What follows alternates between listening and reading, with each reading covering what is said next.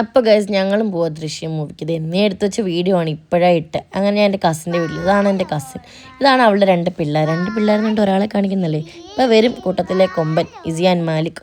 ഇതാണ് എൻ്റെ ഔട്ട്ഫിറ്റ്. ഒരു ചേഞ്ചിന് വേണ്ടി ഞാൻ സ്കേർട്ട് എടുത്തിട്ടത് വന്നപ്പോൾ നല്ല അലമ്പായി. അങ്ങനെ ഞങ്ങൾ വെയിറ്റ് ചെയ്തിരിക്കും ആരെയാണെന്നല്ലേ, ഈ വീട്ടിലെ ഗ്രഹനാഥൻ വന്നിട്ട് വേണം ഞങ്ങൾക്ക് പോകാൻ. അങ്ങനെ മാമ വന്ന് ആ പിള്ളേരെല്ലാം പിടിച്ച് വണ്ടി കയറ്റി പോകാൻ നിൽക്കുക.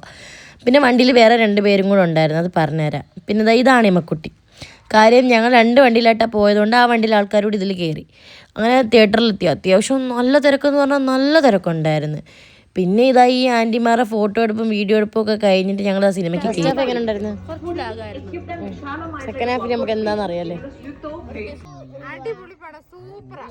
പേഴ്സണലി ഞാൻ പറഞ്ഞാൽ കുറച്ചുകൂടി ട്വിസ്റ്റ് പ്രതീക്ഷിച്ചാൽ ഞാൻ പോയത്. അത്രയും ഇല്ലെങ്കിലും പടം അടിപൊളിയാണ്. പിന്നെ മറ്റൊരാളുടെ റിവ്യൂ വെച്ചിട്ട് സിനിമ കാണാൻ നിൽക്കരുത്. കാര്യം ഓരോരുത്തർക്കും ഓരോ രീതിയിലാണ് ക്ലിക്കാവുന്നത്. പിന്നെ അടിപൊളി പടം കേട്ടോ. എന്തായാലും